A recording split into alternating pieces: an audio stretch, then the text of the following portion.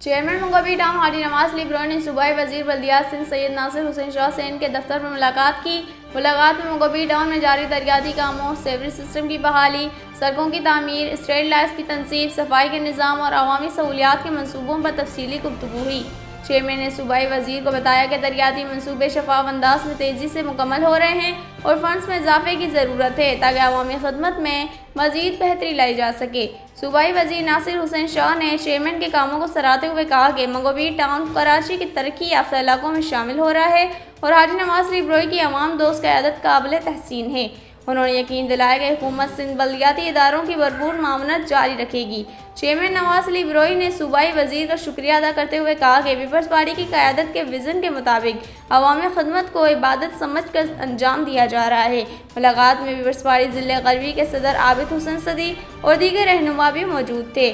ملاقات خوشگوار ماحول میں اختتام پذیر ہوئی۔